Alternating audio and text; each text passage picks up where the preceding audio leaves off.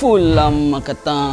Banyak kotak dekat sini. Kalau korang nak tahu ni apa, ini adalah M limited edition daripada Audiobank tau. Kalau korang nak tahu macam mana rupa amplifier ni, jom kita unboxing sekarang.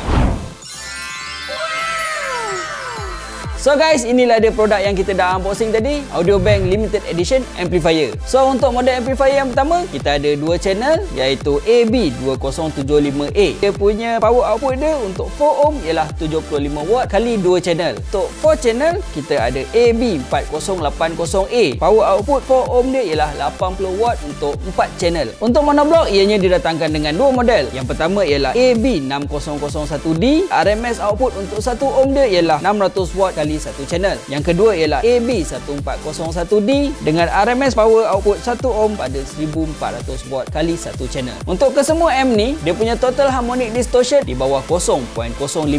Ianya didatangkan dengan warna yang istimewa iaitu rose gold. So kalau korang tengok pula internal dalam amplifier ni, ianya memang menggunakan audio komponen yang berkualiti tinggi dan terbaik. So kalau korang minat untuk mendapatkan amplifier Audiobank yang limited edition ni, korang kena sambar cepat sebab barang ni tak banyak guys. So nak dapatkan kat mana? Hubungi pihak Audiobank hari ni juga.